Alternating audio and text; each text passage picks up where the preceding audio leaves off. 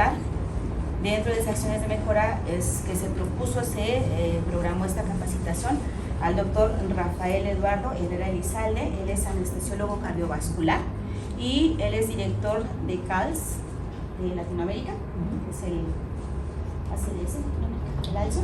No, es reanimación y cirugía cardíaca. Ajá, y es creador del RIS, que es reanimación en situaciones especiales, y está dentro de los muchos lugares en donde se pueden abarcar en quirófano, hemodinamia, pacientes embarazadas, y es un gusto, doctor, de verdad que nos pueda acompañar.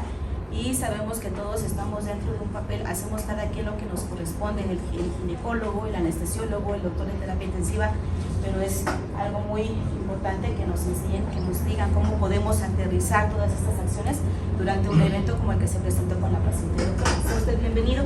Muchas gracias. Muchas gracias.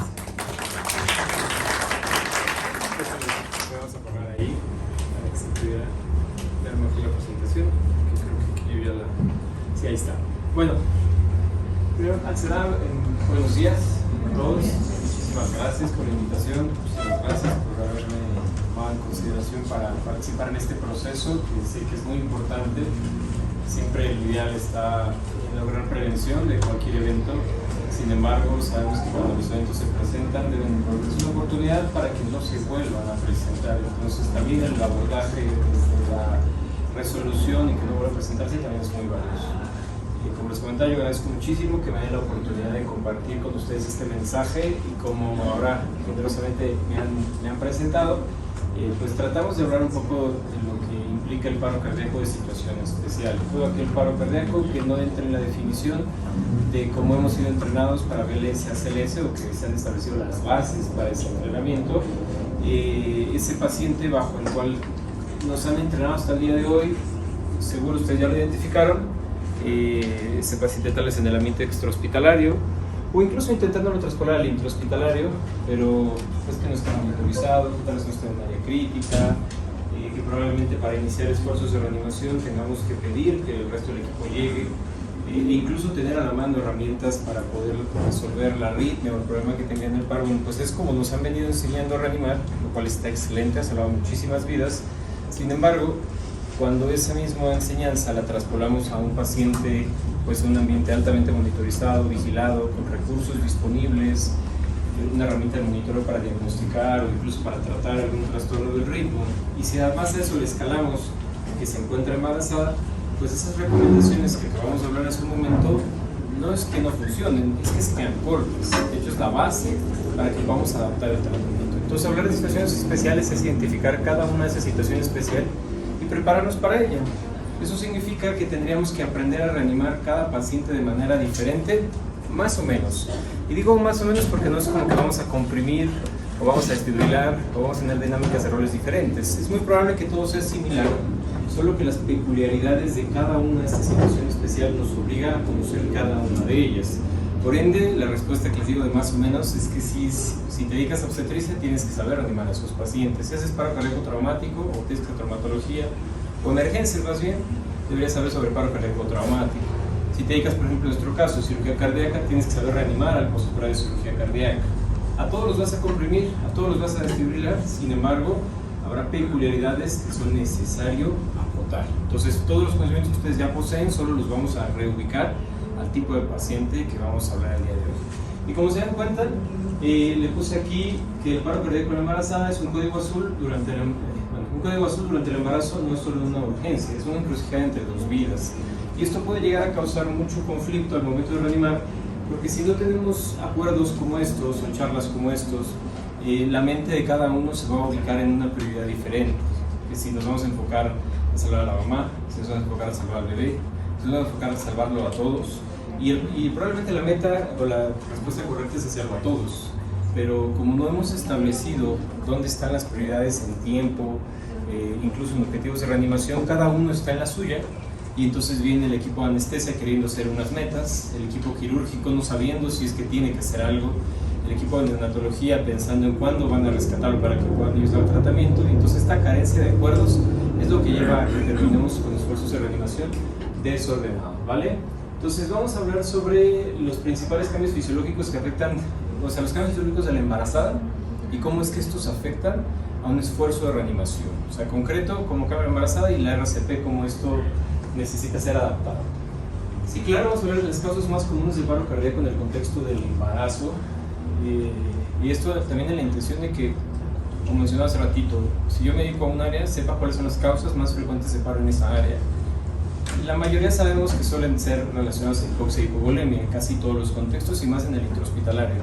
Pero hay cierta frecuencia por zona que nos debe ayudar a pensar, la causa 1 es este, 2, 3, las voy descartando, y ya cuando me acabé las más sencillas o las más frecuentes, pues ahora sí ya seguro estaremos en un proceso de reanimación ya más avanzado y empezaremos a requerir un análisis más complejo. Pero creo que empezar con la sistematización de las causas más frecuentes marca la diferencia. Después, en donde pienso invertir la mayor parte del tiempo el día de hoy, son los elementos claves de un algoritmo reciente que hay sobre paro cardíaco en la paciente embarazada, que es un algoritmo derivado de un consenso del 2024, que si bien su ciclo de publicación, que es en la India, a muchos les llega a causar conflicto, decir como vamos a seguir un algoritmo que está ubicado o actualizado desde un grupo de la India. Bueno, el contexto también de por qué ellos tuvieron que desarrollar este consenso y su validez que ha tenido desde que fue publicado el día de hoy, va a justificar el por qué sí podemos extenderlo. Eso por un lado. Y por otro, la ausencia o la carencia de un algoritmo, de un consenso por parte de alguna otra sociedad, pues nos obliga a voltear a ese, que es como el de evidencia más robusto. Y finalmente vamos a hablar sobre el papel, el papel multidisciplinario que tiene este tipo de paro.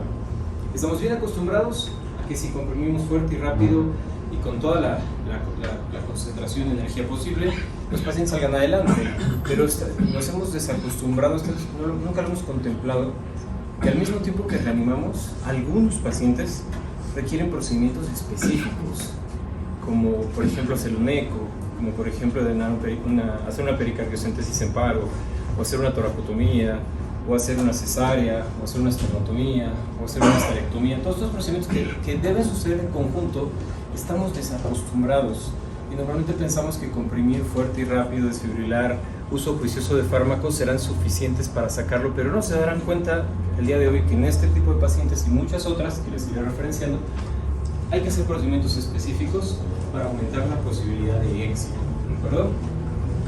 Entonces, bueno, ¿qué tenemos por paro cardíaco en el contexto del embarazo? Pues es un evento súbito que pone en riesgo 2 vidas. Ocurre en un entorno fisiológicamente alterado, obviamente relacionado al embarazo mismo, y requiere de la adopción inmediata de protocolos estándar de RCP. De hecho, el hecho de tener un volumen sanguíneo circulante mayor propio del embarazo y luego un estado vasodilatado, por así decirlo, o sea, donde buscamos que este volumen sanguíneo circulante pues tenga cabida en la paciente, pues la vasodilatamos, el tono simpático disminuye, algunas modificaciones relacionadas a la forma en la que el corazón se adapta a los cambios en el retorno venoso, hace que tengamos un paciente que tenga un tono simpático disminuido. Y sucede que cuando nos enfrentamos a un esfuerzo de reanimación, lo que queremos conservar es el tono simpático. Entonces partimos desde una paciente que ya tiene ese factor en contra, o sea, ya estamos disminuidos en ese sentido. Ahora, algo muy importante que suelo hacer énfasis en todas las presentaciones que doy, me ha ayudado mucho a desarrollar estos conceptos, es que cuando hablamos de paro cardíaco, pues la mayoría de nosotros pensamos que el corazón es el culpable. De hecho, también suele ser el ritmo más frecuente con el que nos imaginamos al escuchar paro cardíaco, que es una fibrilación ventricular. Y está bien, porque sí hemos sido entrenados a pensar que ese es el ritmo más frecuente y también es el que más oportunidades de tratamiento tiene. O sea, yo lo desfibrilo y salgo adelante. Entonces es correcto tener esa primera idea en mente. El problema es que cuando pasamos a un ambiente en donde ese no es el ritmo más frecuente, al decir paro cardíaco, pues nos cambia mucho el esquema. Si uno pone el electro y dice, pero esto no es un paro cardíaco, digo, esto no es una fibrilación ventricular, esto es un ritmo sinusal. Tal vez tenga 130, 140, 160 latidos, pero ya no está fibrilando. Entonces aquí, ¿dónde es un paro cardíaco? Yo veo el corazón moverse, al menos en este electro, en la parte eléctrica, valga la redundancia. O veo asistolia, y entonces al observar asistolia, si bien todos tenemos claro, le identificamos tanto cuanto identificamos una fibrilación ventricular, ahí nos queda la duda de, bueno, ¿y qué sucedió? O sea, ¿y cómo actuamos? Pues no veo un ritmo que sea susceptible a un tratamiento eléctrico. Por eso creo que la definición de paro cardíaco debemos estructurarla un poquito, reestructurarla un poco, y ya no llamarlo como un evento que detuvo al corazón o al corazón y al sistema cardiovascular, sino más bien un evento que detuvo siempre la sangre del paciente, lo que denominaríamos como un paro o colapso circulatorio. ya que incluso si ustedes ven ese ritmo, de todos modos, con cierta duda, procederían a verificar el pulso y solo iniciarían un esfuerzo de reanimación ante la ausencia de pulso. Por ende, no hizo tanta diferencia el ritmo, lo que marcó la diferencia fue la ausencia de pulso, o sea, confirmar que es un paro circulatorio. Eso va a permitir que el día de mañana, si ustedes se enfrentan a un escenario como el que está en la parte inferior, que puede ser un paro, por ejemplo, por hipovolemia, que puede suceder en un contexto de la paciente embarazada, ven un sinusal con una frecuencia así, tal vez no está tan elevada, pero la única forma en la que podrían confirmarlo y salirse de la idea de paro cardíaco y aceptar que es un paro circulatorio es que van a tener que checar el pulso o usar herramientas para confirmar la ausencia de pulso. Y entonces, al cambiar para ustedes la conceptualización de que esto es un paro circulatorio y un paro cardíaco, todo cambia, porque entonces se abren más posibilidades, ya no todo es desfibrilable, ya no todo únicamente se tendrá que ver con un problema relacionado al corazón, y ahí se abre una amplia gama de posibilidades. Entonces les invito a que reestructuren esta definición ya no un paro cardíaco, sino un paro circulatorio. Y por ponerles un ejemplo muy rápido, sin desviarme demasiado, el útero, que sabemos restringe el retorno venoso, puede, en una paciente ya con cierto factor de riesgo, tal vez pérdida de volumen, deshidratación, etc., tener una compresión de la cava, no tener retorno venoso, hacer lo que denominamos una crisis de precarga y caer en paro por esa crisis de precarga. Pero es más fácil analizarlo, entenderlo desde que este es un problema circulatorio que un problema necesariamente cardíaco. En este caso que les cuento, al contrario, el corazón va a tratar de compensar esta crisis de precarga o esta falla en el retorno venoso. De la mano con ello, antes de avanzar, la RCP yo quiero que también la reestructuren y la vean no como una herramienta para sacar de paro, sino como una herramienta para hacer que la sangre se mueva, ya que al estar en un paro circulatorio, la sangre que se deja de mover, además de afectar la perfusión en el cerebro y las coronarias, también se puede llegar a coagular. Y ustedes, al practicar las compresiones torácicas, comienzan con mover esa sangre que se detuvo, previniendo que se coagule, por ejemplo, y manteniendo que se perfunda el cerebro y las coronarias. Y ahí creo que incluso cambia la atención que ustedes podrían tener de, ok, esto es un paro circulatorio. Sí, es un paro circulatorio, no es un paro cardíaco. Perfecto, entonces hay que mover esa sangre antes de cualquier otra cosa, ya que el tiempo que pase sin moverse traerá complicaciones. Esta nueva forma de verlo, bueno, no, esta forma diferente de verlo les va a permitir a ustedes tener las prioridades, tal vez en la RCP, junto con otras maniobras, y no otras maniobras más la RCP. Y entonces reestructura mucho nuestra forma de ver las cosas. ¿Qué tan frecuente es? Y realmente, ¿cuáles son los resultados de enfrentar el paro cardíaco en este contexto? Al menos en esta serie, descrita para el 2022, una incidencia de 1 en 12.000 a 1 en 36.000 maternidades. Si se dan cuenta, no es un evento tan frecuente. Cuando sucede, pues levanta la atención de todos, así como lo ha hecho con ustedes. No es tan frecuente, sin embargo, si no están los equipos preparados, el desenlace suele ser peor que en cualquier otro contexto, incluso igual de raros, ¿de acuerdo? La sobrevida alta hospitalaria puede ser hasta el 59% cuando suceden eventos intrahospitalarios, pero las letritas chiquitas es en centros en donde tenemos ya algoritmos bien estructurados de respuesta, o sea, equipos que sepan que cuando es un evento de paro en este contexto se va a activar un equipo de ginecología de obstetricia, un equipo de neonatología e incluso un equipo de cuidados críticos que estará a respaldo y coordinando en conjunto todo el esfuerzo de reanimación. La sobrecarga circulatoria y las comorbilidades han ido incrementando su incidencia y eso es muy importante a tomar en cuenta. Ya no son las mismas pacientes de hace algunos años, sino ahora vienen con enfermedad hipertensiva, vienen con otros contextos que lo van a hacer más difícil enfrentarlo y salir adelante. Estos son los cambios habituales. Creo que muchos de ustedes podrían, al contrario, darme una clase a mí sobre la forma en la que la fisiología de la embarazada cambia, pero creo que de los puntos más importantes a mencionar es el útero. Lo que sabemos va a comprimir la cava si es que se mantiene en una posición supino y habrá que tomar algunas consideraciones de estos cambios fisiológicos cuando iniciamos un esfuerzo de reanimación. Estas son las causas más frecuentes de un evento en este contexto. Yo les recomiendo por ahí que las anoten. Igual acá está la referencia de donde se obtuvo si ustedes la quieren consultar. Pero bueno, esas en orden de frecuencia y de acuerdo a la clásica mnemotecnia de HCITES, las más frecuentes, ¿de acuerdo? Es muy importante tenerlas en mente, sobre todo para aquellas que no todos llegamos a pensar. Por ejemplo, una ruptura uterina, si no tenemos experiencia en atención de paro cardíaco de embarazada, tal vez sea de las últimas cosas que uno piense, diga, uy, si está roto el útero, a ver, vela abriendo. Pero tal vez para ese momento ya estemos muy avanzados y ya hayamos incluso perdido una buena cantidad de ese volumen dentro de la cavidad abdominal, comprometiendo perfusión de ese binomio. Otra muy importante de tener en cuenta es que el fallo respiratorio puede desencadenar hipoxia, siendo una de las causas más frecuentes de paro cardíaco. Pero también otros eventos como el embolismo, ya sea de líquido amniótico o alguna otra sustancia, debe estar en mente que también eso causa fallo respiratorio. O sea, no es el único el hecho de que dejé de recibir oxígeno y por eso hice hipoxia. También pude haber tenido un factor que obstruye el flujo sanguíneo del ventrículo derecho y también tener hipoxia. Además de otros datos, pero también cursar con hipoxia. Y entonces, eso es algo que debemos tener en mente, ¿no? Fenómenos de trombosis y relacionados al acto anestésico que también sabemos puede llegar a presentarse. No es tan frecuente, pero también tenerlo en mente. Un ejemplo que suelo yo compartir es la práctica de la anestesia peridural, sobre todo para brindar analgesias obstétricas, que es una fabulosa alternativa para la conducción del trabajo de parto, pero también es cierto que es una técnica que sucede a ciegas y que siempre tiene el riesgo de presentar una migración de ese catéter, que al pasar una dosis, la mayoría de esta dosis de anestésico local sea intravascular y conlleva un evento de colapso circulatorio. Ese evento de paro es muy desfavorable porque es muy peligroso, es muy grave tener toxicidad por anestésicos locales, pero también lo solemos hacer en un ambiente sin monitorización, sin personal, o sea, esas analgesias obstétricas que nos tomamos a menos. Sí, aquí en la camilla lo hacemos. Bueno, esa paciente tendrá tal vez el paro cardíaco más complejo de resolver de todos los que pueden existir en el contexto de situaciones especiales. Entonces, magnificar el riesgo relacionado al acto anestésico. Ahora, ¿cuáles son los retos clave para ya irnos directo al algoritmo y dejar esos puntos, estas perlas que el día de hoy debemos llevarnos?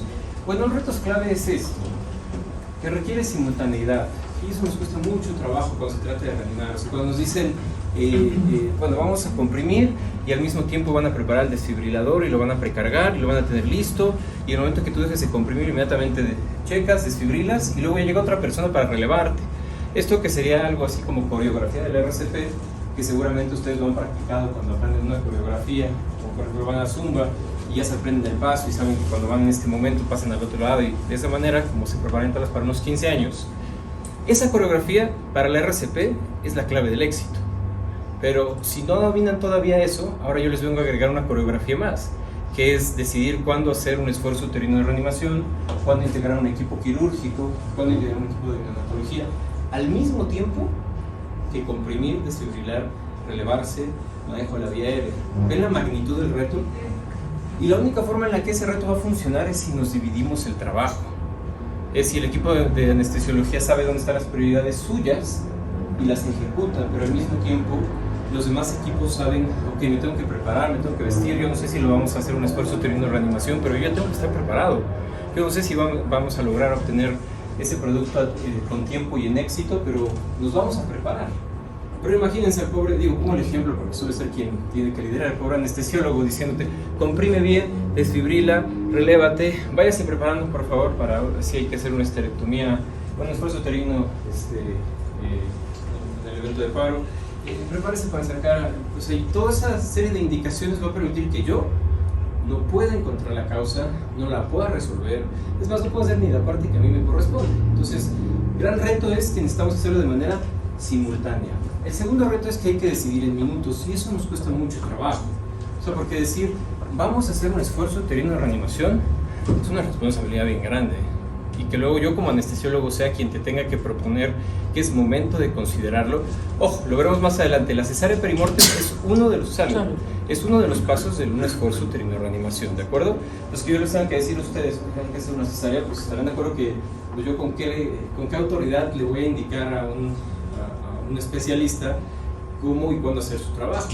El problema es que no nos da tiempo este esfuerzo de reanimación. Ahorita vamos a tratar de profundizar el por qué es necesario hacer un esfuerzo uterino de reanimación, pero imagínense el que yo tenga que decirle al ginecólogo cuándo hacer su trabajo, lo puede tomar muy a mal. Pero la realidad es que este esfuerzo de reanimación nos va a dar tiempo para pensar si estamos haciendo lo correcto. Tenemos unos cuantos minutos, y que seguro todos ustedes que han vivido un esfuerzo de reanimación saben que esos cuantos minutos en un paro para nosotros parecen 10 segundos, 20, 30 segundos. Entonces, Decisión en minutos es uno de los grandes retos que tenemos que enfrentar. Y por último, pues las características propias de la paciente embarazada hacen un poco más difícil los esfuerzos de reanimación. Este es un reto al que probablemente todos ustedes que dedican a obstetricia los conocen, lo saben sortear, pero los dos anteriores nos van a costar mucho trabajo. Y también vienen ahí dudas de si la comprimo igual, si la desfibrilo igual, si la intubo o no la intubo. Pues esas cosas nos vamos a poner de acuerdo el día de hoy. Ahora, antes de avanzar, y como se los mencioné hace rato, si todos los eventos de paro son paros circulatorios y por ende a todos hay que moverle la sangre y hay que esforzarnos por moverla, si yo tengo un objeto o tengo una masa que me va a obstruir el retorno venoso, están de acuerdo que no importa cuánta RCP le dé, no va a funcionar. De ahí que antes de hablar de la RCP de alta calidad y cómo la vamos a medir, debemos hablar sobre el desplazamiento uterino que debe recibir la paciente embarazada, ¿de acuerdo? Ese desplazamiento, saben, pues es para evitar comprimir la cava, pero hoy en día sabemos que no se vale utilizar una cuña, por ejemplo, ni tampoco se vale que desplacemos a la paciente, o sea que hagamos el tema de, pues pon toda la mesita de lado y ya con ese desplazamiento, ya, con eso el útero ya se vaya hacia la izquierda y ya no se acaba comprimir la cava. Hoy sabemos que eso no es lo mejor, ya que la consecuencia que tenga eso, por ejemplo en el retorno venoso, es importante. Si ustedes la lateralizan completo a la paciente, una buena cantidad de retorno venoso se va a quedar en la pierna, pues porque ahora tenemos a favor de gravedad que se quede acá. Pero también yo no voy a poder comprimir con la misma calidad, porque si de por sí comprimir así horizontal y con esa posición en pistón, etcétera, depende de que esté yo acomodadito. Ahora yo te pongo tantito de lado. Yo no sé si han intentado comprimir un poco de lado, pero no vas a tener la misma calidad. Y si de por sí la RCP ya es una técnica que tiene sus dificultades, sus retos y se debe entrenar, ahora agregarle a alguien que está un poco de lado, pues no va a ser la mejor solución. Por eso es que hoy sabemos que el desplazamiento debe ser sobre el útero, ¿de acuerdo? Y este desplazamiento solo debe ser ahí, no se vale poner la cuña ni ponerla de lado, es solamente el útero. Y ese desplazamiento inicia desde que diagnostican el paro circulatorio y termina hasta que seguramente iniciemos los esfuerzos uterinos de reanimación o salgamos del paro. O sea que la persona que se va a quedar ahí no se puede mover, porque cada vez que esa persona suelte esa posición, el útero regresará, colapsará y el poco trabajo que hemos ganado se va a perder. Por eso es que nos debemos quedar ahí. Eso significa que van a estar comprimiendo mientras se desplaza, sí. Mi recomendación siempre es que a quien coloquen en esa posición desplazando el útero ya no lo van a mover de ahí. O sea, coloquen a alguien que conozca la maniobra, pero que puedan dispensar o no utilizar sus competencias, ¿no? O sea, tal vez sea alguien que le diga, tú desplazas aquí el útero y te voy a sacrificar. Entonces no van a sacrificar al mero bueno, pues, o no van a sacrificar al cirujano, pues, pero van a poner a alguien que sabe que su papel es increíblemente útil. Ahora, este algoritmo que les voy a mostrar aquí está estructurado en varias fases. Lo que hay que hacer primero, dónde hay que prestar atención y cómo hay que integrar un equipo o múltiples equipos. Parte desde hacer soporte vital básico, o sea, diagnosticar, pedir ayuda, iniciar soporte vital básico, después integrar el avanzado y después integrar los esfuerzos uterinos de reanimación. Me ha encantado la manera en la que lo han estructurado e incluso la manera en la que han permitido llamar nuestra atención sobre todo a la parte del tiempo, en donde, como lo pueden ver, es una carrera para tomar una decisión en 5 minutos, ¿de acuerdo? Vamos a ir paso por paso. Este consenso que les comentaba del 2024, o sea, hay sustento, solo habría que replicarlo. Bueno, primero analizarlo, ustedes como grupo tendrían que analizarlo, ver que es viable, ajustar las cosas que ustedes consideran no sean adecuadas, porque sí, pues es un consenso que tal vez se genera en un contexto muy diferente. Ustedes lo adaptan y ahora lo aplican y lo convierten en su propio algoritmo. Que tenga en cuenta cómo funcionan sus servicios, cuándo hay ginecólogos, cuándo hay neonatólogos, cómo está el equipo de anestesia, todo ello. Pero partiendo desde esa base, ellos nos dicen que lo primero en estas 3 Fs que ven acá arriba, y yo quiero que los tengan bien grabaditas, es hacer compresiones cardíacas efectivas o torácicas efectivas con el desplazamiento uterino. O sea, regresando a eso que aprendimos en cursos de reanimación, si no sabes qué hacer, da RCP. Si no sabes qué sigue, da RCP. Si la llegó o no ha llegado, da RCP. Esta debe ser muy efectiva y para lograr esa efectividad, ahorita daremos tips, pero creo que el más importante en esta paciente es el desplazamiento uterino. Lo siguiente es que ya iniciamos esto. Ojo, no avancen a ninguno de estos otros elementos si no han resuelto las compresiones torácicas de alta calidad. Ya recibiendo RCP con esa sangre que ya se está moviendo de acuerdo a lo que les acabo de contar, empecemos a enfocar en las causas. Esta mnemotecnia que ahorita vamos a describir, que es el ABCD, UPS. Y por último, consideren esfuerzos uterinos de reanimación. La parte de esfuerzo uterino de reanimación es una propuesta de cambiar la terminología, ya que el objetivo de los esfuerzos uterinos de reanimación es encontrar aquello que pueda haber ocasionado el paro o lo esté perpetuando. Como puede ser que la paciente sigue comunicada con la placenta. Sabemos que la placenta puede tener algunos factores que favorezcan el sangrado, que favorezcan la hipertensión, entonces es aislarla.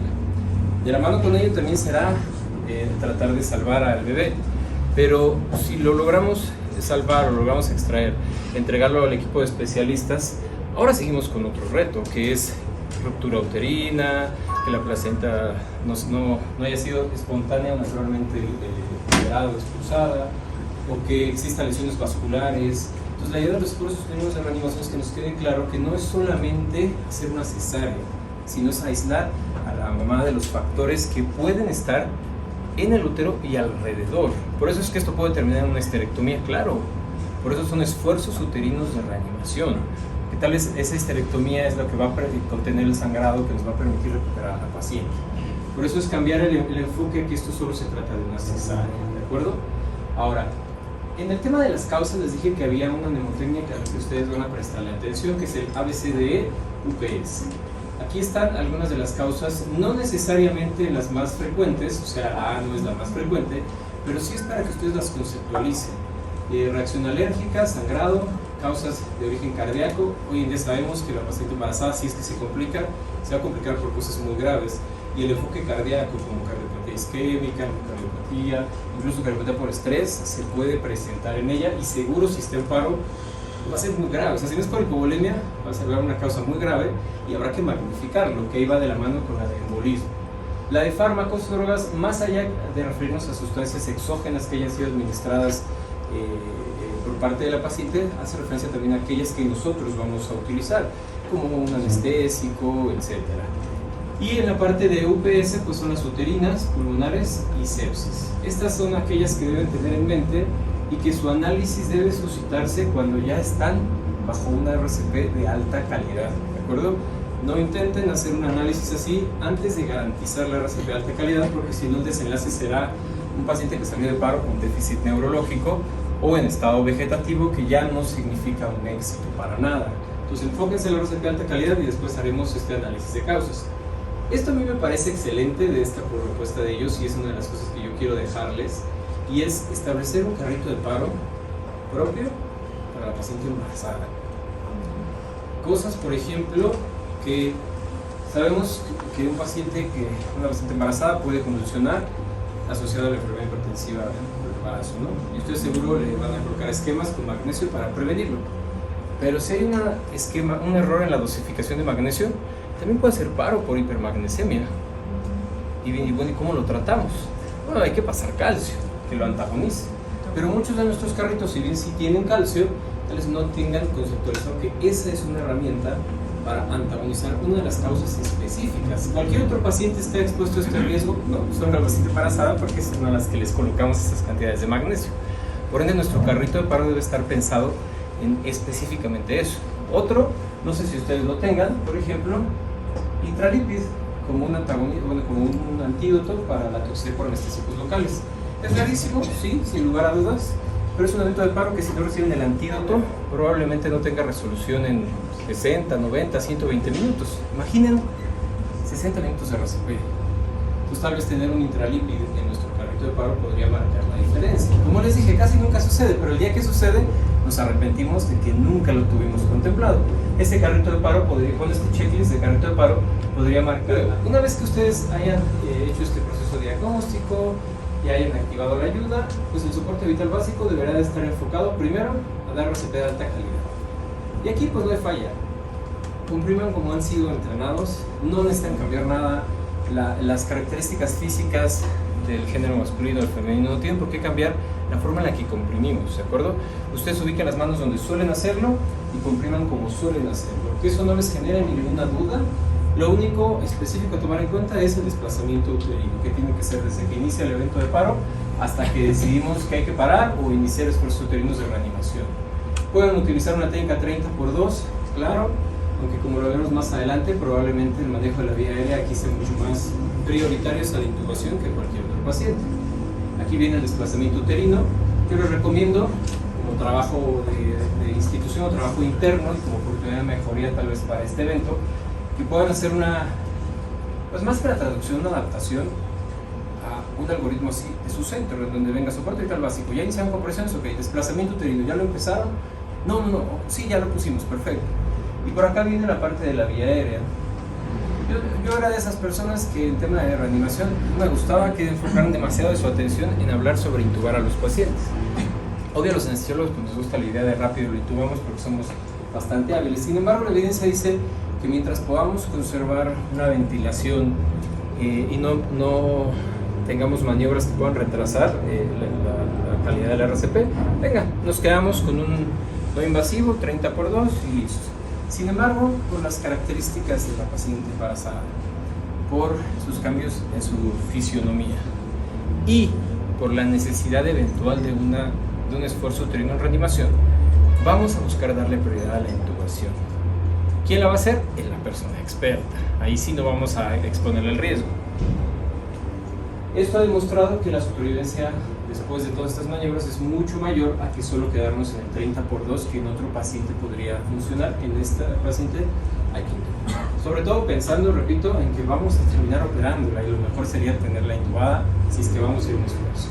Ahora, en el tema de soporte vital avanzado, aquí siempre vienen dudas como ¿debo desfibrilar a la paciente embarazada si es que está fibrila? No es tan frecuente que fibrile, pero si sucede siempre está la duda. ¿Es si debo hacerlo? ¿Cuánta dosis? ¿Qué hago con el binomio para desfibrilar? O sea, la energía se va a pasar también al bebé, ¿o qué hacemos? Y la respuesta es, ustedes desfibrilen como siempre lo han hecho, no tienen que cambiar ni ubicación, ni energía, nada. Hagan prácticamente todo en reanimación como al día de hoy lo han hecho. Es muy importante que establezcan esos acuerdos. En el tema de la vía aérea, en cuanto sea posible, hay que intubar, busquen utilizar un tubito más pequeño de lo que predecirían para ese paciente, la intención de disminuir dificultades por el edema que ya puede existir en la vía aérea.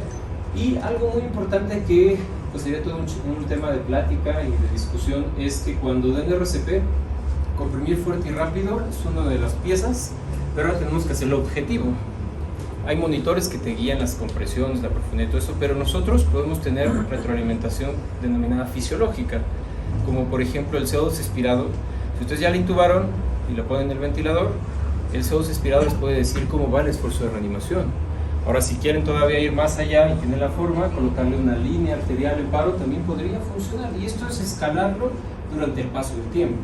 O sea, tal vez ya llega a cuidados críticos, decimos que estamos haciendo esfuerzo uterino de reanimación, creemos que necesitamos escalar el manejo, mira, yo ahorita te traigo el eco, le colocamos una línea, porque al final, si el esfuerzo se prolonga, necesitamos tener objetividad de lo que estamos haciendo. El CO2 expirado, una línea arterial u otras herramientas de monitoreo podrían marcar la diferencia en estar seguros de lo que estamos haciendo. Metas, por ejemplo, como un CO2 expirado por arriba de 10 durante la RCP podría asegurarnos que hay gasto cardíaco al menos derecho. Y finalmente llegamos a uno de los puntos en los que suele causar mucho conflicto, y es estos esfuerzos uterinos de reanimación, los cuales se pueden considerar en pacientes con 20 semanas de gestación para arriba, o sea, esta maniobra completa. Más o menos se considera que para el minuto 4 uno debe estar decidiendo si se tiene que hacer, porque para el minuto 5 ya deben estar iniciando. Afortunadamente sabemos que el equipo, el personal de obstetricia, son muy hábiles para hacer una cesárea en cuestión de segundos, lo cual eso nos va a nuestro favor. Lo difícil es que se vistan, que se tengan todas las condiciones, incluso tener una charola específica para eso, una serie de campos específicas para ese procedimiento, y bueno, un equipo ya vestido para entrar en acción en cuanto el equipo lo decida. Ojo, no el anestesiólogo lo decida, sino yo ya estoy vestidito, listo, estoy paro, 4, minuto 4, hey, vamos a hacerlo, y todos contestamos, bueno, pues es que por tiempo sí, o no, ¿sabes qué? Ya vimos que el problema está por acá, sí lo vamos a arreglar, nos detenemos. Pero tiene que estar ya un equipo vestido, no es el, bueno, a los 5 minutos ya lo decimos, no, váyanse trayendo la charola, váyanse trayendo las cosas, porque ese esfuerzo uterino de reanimación va a empezar a suceder como en el minuto 10. Junto con otras reglas que valdría la pena comentar, sobre todo cuando ya deciden hacer cómo entrenarse para esto. como si colocar antisépticos, y lavarse las manos, y colocarse guantes, y colocar, bueno, guantes y colocarse cubrebocas, y colocarse gorros, todo eso, que se debe normar también, ya que lavarse las manos para un esfuerzo uterino de reanimación, no sé si lo han intentado, te seca rápido, intentas colocar los guantes, no te los puedes colocar, y entonces ya se contaminó, y entonces ahora tenemos que volver a empezar. Todas estas cosas hay que acordarlas, no es nada más decir vamos a hacer un esfuerzo uterino de reanimación, y tener charolas específicas para eso, que tengan lo necesario para una cesárea, pero que también tengan lo necesario para una maniobra avanzada desde el punto de vista uterino vascular, o incluso pues ya concreto para una histerectomía. O sea, que la charola no sea tráeme ahora la otra, ahora tráeme la otra, sino tener una sola destinado a ese fin, y que el día de hoy que tuvimos muchísimo trabajo no nos quedemos sin charolas, sino que haya una específica para esa labor, que tal vez la usen una vez al año o que nunca la usen, pero debe estar ahí en la seguridad de todos, ¿de acuerdo? Y en el tema de cuidados posparo, que esto más le corresponde a que nos hagamos consenso con cuidados críticos, lo que yo suelo decirles en este punto es: tengan precaución con los uterotónicos, especialmente si tuvimos un esfuerzo uterino de reanimación. Tengamos claro que tal vez el esfuerzo uterino de reanimación implicó aislar al útero de la paciente. Por ende, los uterotónicos tal vez no tengan mucho sentido porque hemos pinzado uterinas o hemos hecho una histerectomía. Pero el tema es que suena ilógico que les diga eso, ¿no? O sea, ¿cómo vamos a usar oxitocina o algún otro uterotónico si ya no tiene útero? O sea, ahorita parece muy ilógico, pero en el momento va a ser, oiga, le pasamos oxi, porque como la crisis nos ubica o nos hace perder nuestra concentración, es, oigan, ¿qué opinan? ¿Deberíamos pasarlo? No, le pinzamos las uterinas. Ah, perfecto, bueno, entonces no habrá que pasarlo. Y si hay que pasarlo, pues definir qué estrategias son las que podríamos utilizar. Evidentemente, una vez que el posparo se logre, además de los cuidados posparo, que cuidados críticos o anestesiología tendrá que cumplir, pues los cirujanos tendrán que tener claridad de que ya no hay más sangrado, o sea que no hay otra causa potencial de un nuevo evento de paro. Y bueno, el soporte que se le debe brindar a ese paciente deberá ser todo, o sea, dejarle dormido, lograr las metas de ventilación protectora con una mínima cantidad de oxígeno, normocapnia o una leve hipercapnia, normotenso, volémico. Bueno, lo de aquí dice considerar el manejo de temperatura. Bueno, no estamos todavía seguros si enfriarle le va a marcar la diferencia, pero todo lo demás de garantizar, de optimizar su perfusión, sí va a marcar la diferencia. Entonces, así lo mencionamos. ¿Quiénes deben estar presentes en un esfuerzo uterino, en un paro cardíaco paciente embarazada?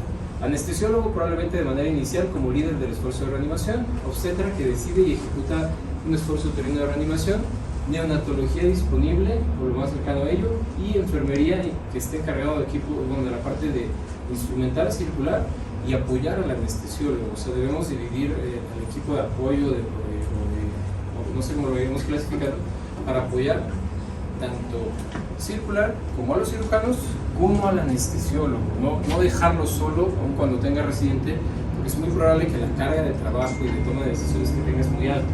Por eso es que debería haber un equipo dividido a ello. Tal vez todos tengamos que dejar nuestro trabajo e ir a esa paciente embarazada, si todos tenemos que hacerlo, porque la consecuencia pues será algo que después diremos, ay, ¿por qué no fui a ayudarle? Yo sabía dónde estaba eso y no fui. Bueno, tal vez sí todos tengamos que dejar nuestro trabajo, solo que hay que ponernos bien de acuerdo para no saturar el esfuerzo de reanimación con demasiada gente que no se pueda dejar ayudar. Esto es el uso de tecnología y monitoreo durante la RCP. Ya lo mencioné un poco hace ratito, sin embargo creo que pues, no nos compliquemos. Si esto no lo tenemos a la mano o no lo dominamos, pues todo lo previo que hemos charlado es lo que va a marcar la diferencia. Esto es el plus, pero si no lo tenemos esta parte, todo lo anterior es lo que va a aumentar las probabilidades de tener un éxito. Entonces, mensajes clave y cosas que se deben llevar en el esfuerzo de reanimación. La desfibrilación y la RCP no cambian. El desplazamiento uterino inicia desde el segundo 0 y termina hasta que van a hacer cirugía o bien hasta que van a parar. La persona que se va a quedar ahí, como les dije, ahí va a estar para el resto de todo el esfuerzo de reanimación. El esfuerzo uterino de reanimación es ideal antes del minuto 5. El trabajo en equipo es pilar. Y lo último, más importante, toda esta charla, corta, larga, concreta, dispersa, como sea, no va a impactar si después de esta no se sientan a hacer acuerdos por equipos. O sea, ¿Quién representa obstetricia? ¿Quién representa neonatología? ¿Quién representa cuidados críticos? ¿Quién representa anestesia? Se dividen quién va a tener ciertas prioridades que normar y después hay que practicarlo. Y practicarlo, ojo, no nos confundamos, no es que no tengo un laboratorio de simulación, no tengo el maniquí de la paciente embarazada y es extremadamente costoso, ¿cómo lo voy a hacer? No. Es que lo que vamos a practicar no es con el maniquí todo lo que hay que hacerlo, es, tenemos un código, ¿cómo empieza? Y entonces ahora sí el equipo de obstetricia dice, no, nos vamos vistiendo y practican vestirse y abrir una charola que va a estar contaminada, pero la idea es practicar. El equipo de neonatología dice, este va a ser mi equipo para trabajar. Anestesia empieza a ver cómo hacer esta dinámica de juego, de simulación. Y entonces, solo simulando y trabajando en equipo en estas prácticas, es que el día que lo enfrenten lo van a lograr. Una de las cosas que a mí me ha parecido que hace mucho sentido es que esto es como un rompecabezas. Si el rompecabezas no tiene las formas correctas, no embona, ¿están de acuerdo? Cuando uno lo arma el rompecabezas, lo puede armar cualquier persona, siempre y cuando conozca las piezas. Pero las piezas tienen que ser del tamaño y forma correcta. ¿A qué me refiero con tamaño y forma correcta? Que los que reaniman sepan cómo reanimar, que los que comprimen sepan cómo comprimir, que los que desfibrilan sepan cómo hacerlo, que los uterinos sepan cómo hacerlo, para que así si yo llego, encárguense de prepararse para esto, yo sé que las piezas cuando las juntemos van a estar funcionando. Entonces tampoco es vamos a citarnos a todos todo el tiempo a entrenar, sino más bien es cada departamento hará que su pieza tenga el tamaño correcto, para que cuando se necesite en cualquier turno y en cualquier lugar, la pieza embone con la otra. El reto a veces lo queremos enfrentar como vamos a traer a todos, pero va a ser complicado. Cada uno desde su trinchera hará que el resto del equipo responda. Y entonces, como preguntas y reflexión final, ¿podrías tú o tu equipo actuar con decisión técnica y liderazgo en menos de 5 minutos? Y creo que la respuesta cada uno la tendrá que ir estructurando y las soluciones tendrán que ir sucediendo desde tu área, desde tu departamento. O sea, yo como anestesiólogo jamás voy a querer normar cómo hacer un esfuerzo de reanimación o cómo el personal de enfermería tendrá que tener listo el equipo, la charola para hacerlo, las batas. No es lo mío, no tengo por qué aprenderlo, pero sí tengo que tener certeza de que mi equipo está perfecto para que embone con la pieza de allá, con la de allá, con la de allá. Ese es el reto de reanimar este tipo de pacientes. Y se dice, no se trata de saber qué hacer, se trata de estar listo para hacerlo cuando nadie más puede.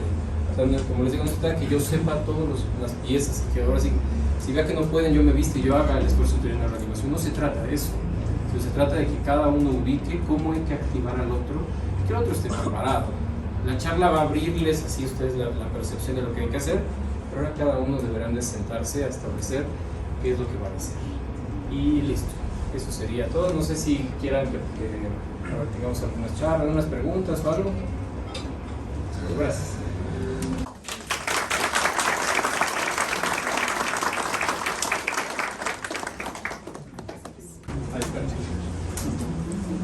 ¿Tienen alguna pregunta?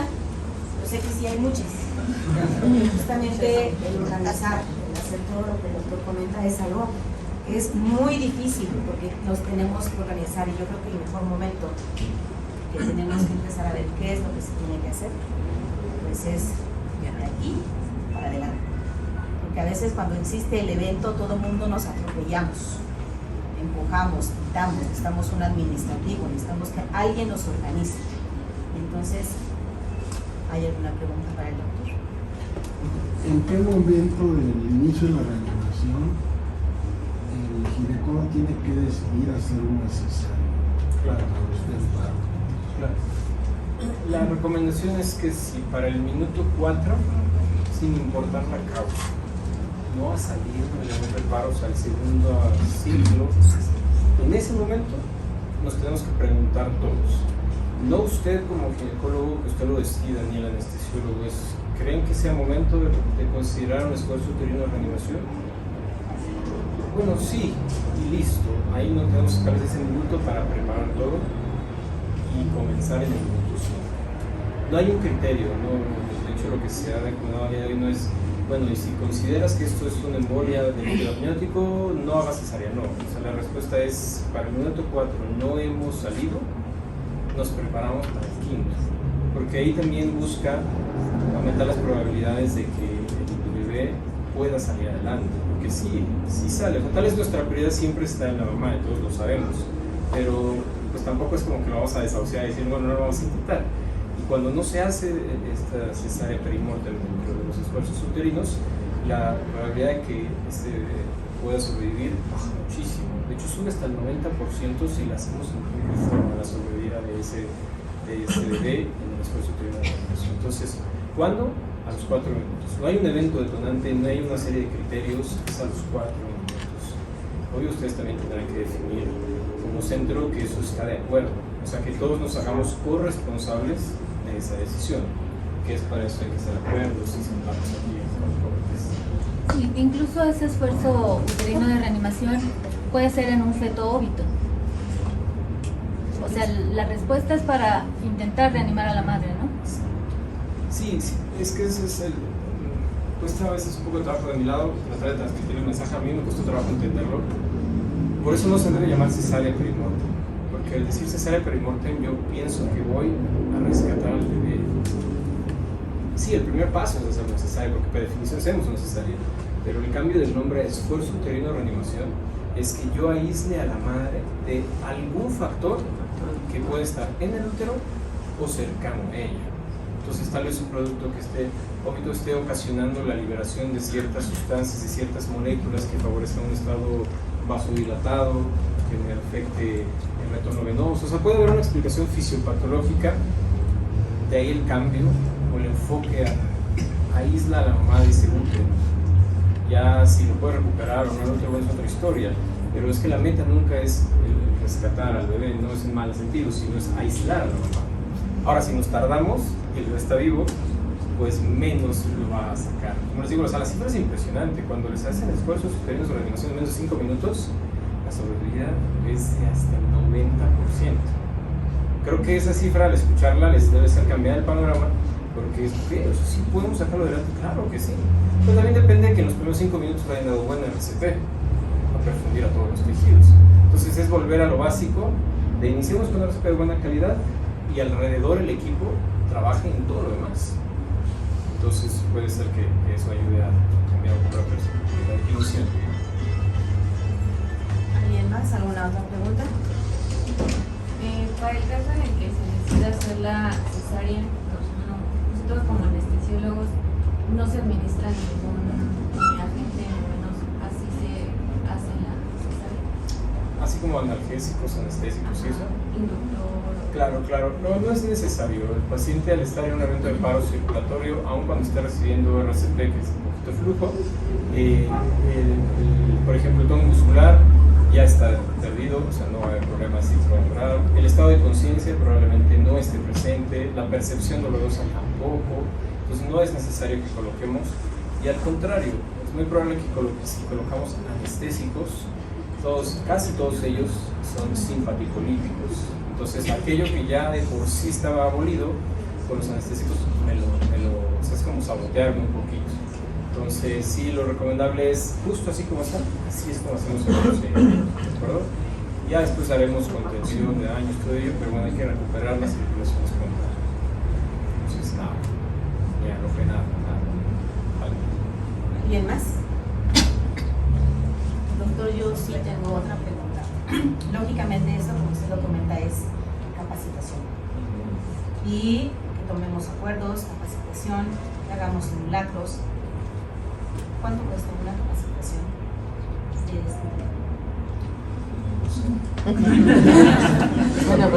No ya preparado.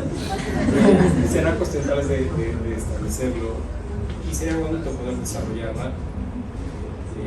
Creo que un primer paso antes de hablar de cuánto costaría una capacitación es empezar a tomar estas charlas y acuerdos de manera interna, o sea, que cada uno se haga responsable de este proceso.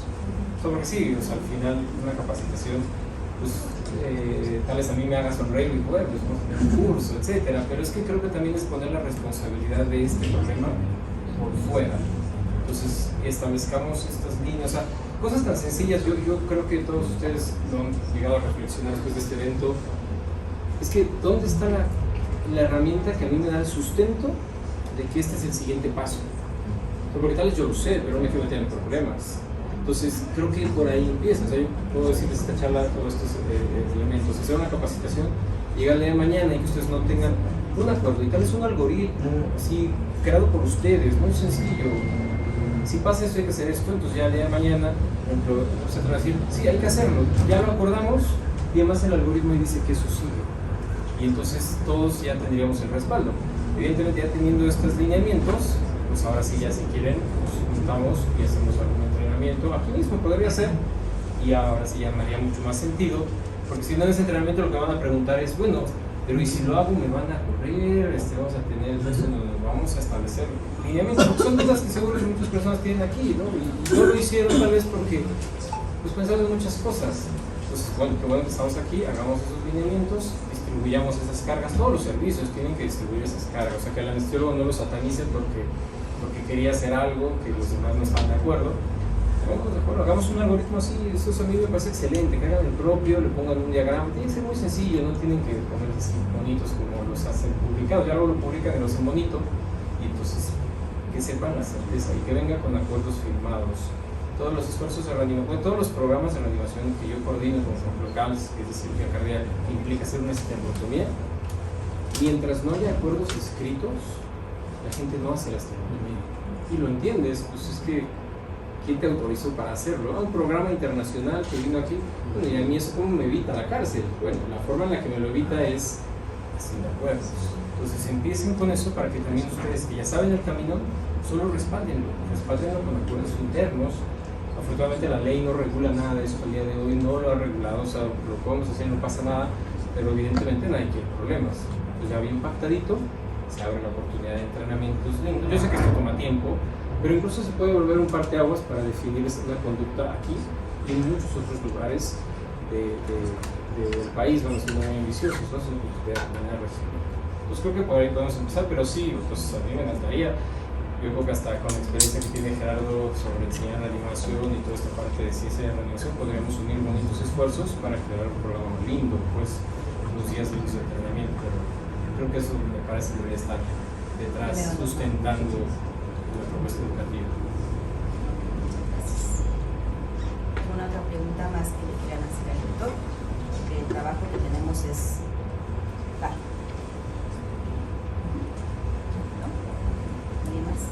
Pues doctor, le agradezco de verdad mucho su participación. De verdad que sí, y me permite entregarle una constancia que menciona, lo voy a leer: servicios públicos de salud de Estado otorgan la presente constancia al doctor Rafael Eduardo Rivera Elizalde por su valiosa participación como ponente a la atención de ginecología con el tema paro en la paciente obstétrica con enfoque multidisciplinario. ¿Sí? Y es llevado a cabo el día de hoy, 10 de julio, y está firmado por nuestra directora, la doctora María Elena Pérez.